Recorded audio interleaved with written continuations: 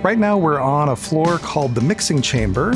That's a term that our Dutch architect came up with. His concept here was that as people are moving up through the library, this is the first point where they start to interact or mix with the library's reference staff, as well as with our nonfiction collections. So it's a way of describing this area as being a general reference area, and then as you move higher in our building, the help gets a lot more specific, because that's where our subject specialists are.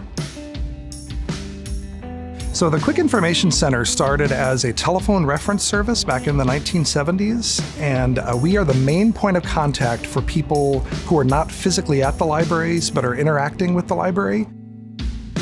A lot of the population that we are serving here are people who are victims of what we call the digital divide. They may not have access to their own devices or services like the internet, and so they're able to come here and get those things for free to help them be full members of our digital society that we're living in now. Our questions range the full range of human experience. Everything from basic library business, from renewing items to whether we have something in our collection, all the way up to things like, where can I find a specific tool I need to rent or borrow?